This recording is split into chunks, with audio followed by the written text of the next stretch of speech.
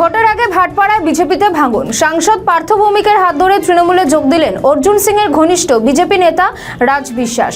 বিধানসভা নির্বাচনের মুখে টিটাগড়ে অবস্থিত দমদম ব্যারাকপুর সাংগঠনিক জেলা তৃণমূল কার্যালয়ে রাজ বিশ্বাসের হাতে তৃণমূলে পতাকা তুলে দেন ব্যারাকপুরের সাংসদ পার্থ ভৌমিক। এছাড়া উপস্থিত ছিলেন ভাটপাড়া বিধানসভা কেন্দ্রের তৃণমূল প্রার্থী অমিত গুপ্তা সহ একাধিক তৃণমূল নেতৃত্ব। না, ওনাকে প্রথম জিজ্ঞেস করুন নরেন্দ্র মোদীর জীবনী যিনি লিখেছিলেন তিনি একটা চার্জশিট নরেন্দ্র মোদীর বিরুদ্ধে লিখেছেন। আমি আশা করব অমিত শাহ আগে সেটার জবাব দেবেন। এপস্টিন ফাইল, ওনার যিনি জীবনী লিখেছেন তার অভিযোগ, সুব্রমণিয়াম স্বামী যে অভিযোগ করেছেন ওনার নামে যে কি করলে উনি পদ দেন, আগে অমিত শাহ সেগুলোর জবাব দিক বাংলার মানুষের কাছে, তারপরে নিশ্চিতভাবে আমরা অমিত শাহর জবাব দেব। আরেকটা বিষয়, কালকে দেখা গেছে রামনবমীর মিটিং নোয়াপাড়া বিজেপি পার্টি স্বল্প সময়ের মধ্যে আপনাদের খবর পাঠিয়েছি, আপনারা সবাই এসছেন। আপনারা দীর্ঘদিন ধরে জানেন, সবাই অবগত আছেন যে গত লোকসভা নির্বাচনে ব্যারাকপুর লোকসভার মধ্যে আমরা 7টার মধ্যে একটা সিটি হেরে গেছিলাম, সেটা হচ্ছে ভাটপাড়া বিধানসভা কেন্দ্র। সেই ভাটপাড়া বিধানসভা কেন্দ্রে এবং আমার লোকসভা নির্বাচনেও 7টার মধ্যে একটা বিধানসভাতেই আমরা হেরেছিলাম, সেটা ভাটপাড়া বিধানসভা কেন্দ্র।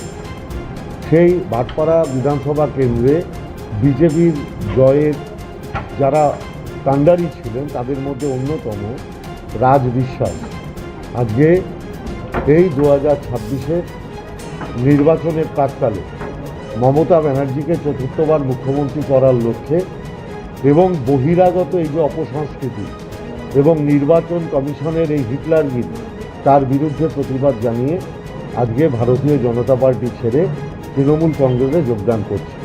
আপনারা দেখছেন ভাটপাড়া তৃণমূল কংগ্রেসের সমস্ত নেতৃবৃন্দ, আমার ক্যান্ডিডেট অমিত গুপ্তা, আমার নির্বাচন কমিটির চেয়ারম্যান গোপাল রাউত, আমার দলের সভাপতি দেবজ্যোতি ঘোষ, আমার যিনি চিফ ইলেকশন এজেন্ট ছিলেন আমার দলের নেতা সৌরভ সিং, আমার ট্রেড ইউনিয়নের সভাপতি অশোক দত্ত, আমার কাউন্সিলর নেতা তরুণ সাউ, অভিমন্যু তেওয়ারি কাউন্সিলর মনুয়া, এবং প্রত্যেকে আপনারা দেখছেন যে তারা প্রত্যেকে রয়েছেন। তাদের প্রত্যেকের উপস্থিতিতে আজকে রাজ বিশ্বাসকে আমরা প্রদেশ তৃণমূল কংগ্রেসের অনুমতি সাপেক্ষে আজকে আমরা তৃণমূল কংগ্রেসে যোগদান করাচ্ছি।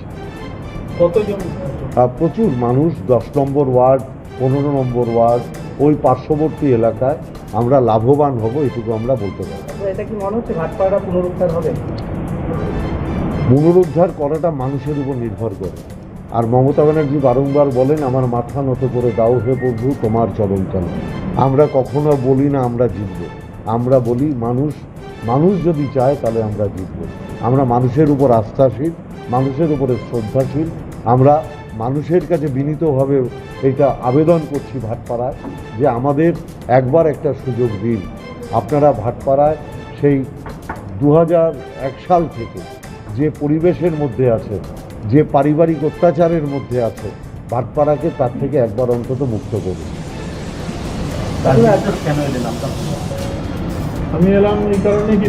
আমাদের ভিডিও ভালো লাগলে লাইক ও শেয়ার করুন, কমেন্ট সেকশনে আপনাদের মতামত জানান। আরও ভিডিও পেতে আমাদের চ্যানেলটিকে সাবস্ক্রাইব করুন এবং প্রতি মুহূর্তে খবরের আপডেট পেতে প্রেস করুন বেল আইকন।